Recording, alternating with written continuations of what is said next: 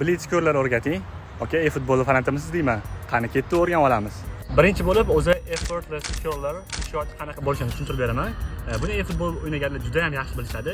E-futbolda o'sha o'yinchini qanotidan kelib turib, aylantirib tepsanglar, agar u juda ham uguldan tepayotgan bo'lsa, u o'zi blitzkurlar amalga oshiradi, ya'ni koptoni parashyut sifatida aylantirib tushirib qo'yadi. Bu darvozabonga juda ham qiyinchilik tug'diradi, chunki u qo'lini cho'zgan paytda kopton undan maksimal uzoqlashgan bo'ladi. Shuni hisobiga u 9likdan olib chiqishi juda ham qiyin bo'ladi.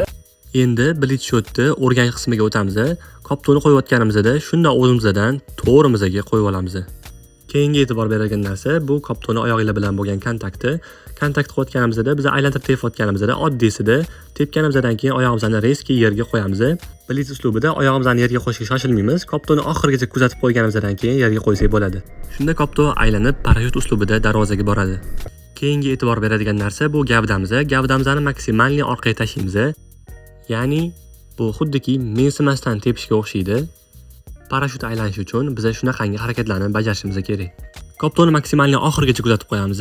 Gavdamizni orqaga maksimalni tashlaymiz va blitz shotni amalga oshiramiz.